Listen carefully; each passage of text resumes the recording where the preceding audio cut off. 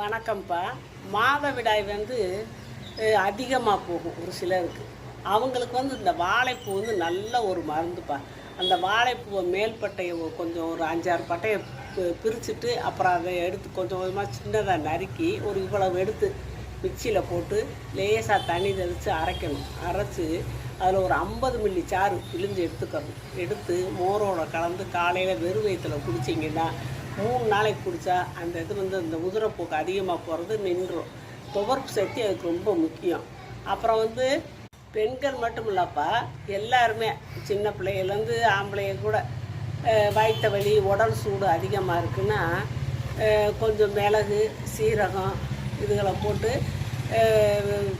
2 வெங்காயத்தையும் தட்டி போட்டு ஒரு 2 பல்லு பூண்டையும் போட்டு வெங்காயம்னா சின்ன வெங்காயம் போட்டு ஒரு 1.5 டம்ளர் தண்ணியை ஊற்றி இந்த வாழைப்பூ நம்ம உரித்து வச்சுருக்கோம் இல்லையா, இந்த வாழைப்பூ இதாக அந்த பூ ஈக்கியாக இருக்கும் இல்லையா, அதை ஒரு கைப்பிடி எடுத்து அதில் போட்டு நல்லா கொதிக்க வச்சு அந்த வாழைப்பூ வேகவும் அதை வடித்து அதில் பனங்கற்கண்டு இல்லாட்டி நாட்டு சக்கரை போட்டு கூட குடித்தா அந்த உடல் சூடு அடிவயிறு வலியும் சரியாக போயிடும்.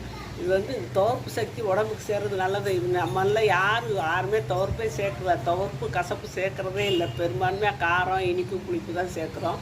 துவர்ப்பு சக்தி இந்த வழியாக நீங்கள் இதை டீயாக கூட நீங்கள் வச்சு குடிக்கலாம். காலையில் சுட சுட சுட குடிச்சிங்கன்னா உங்களுக்கு உடல் சூடு தணியும்.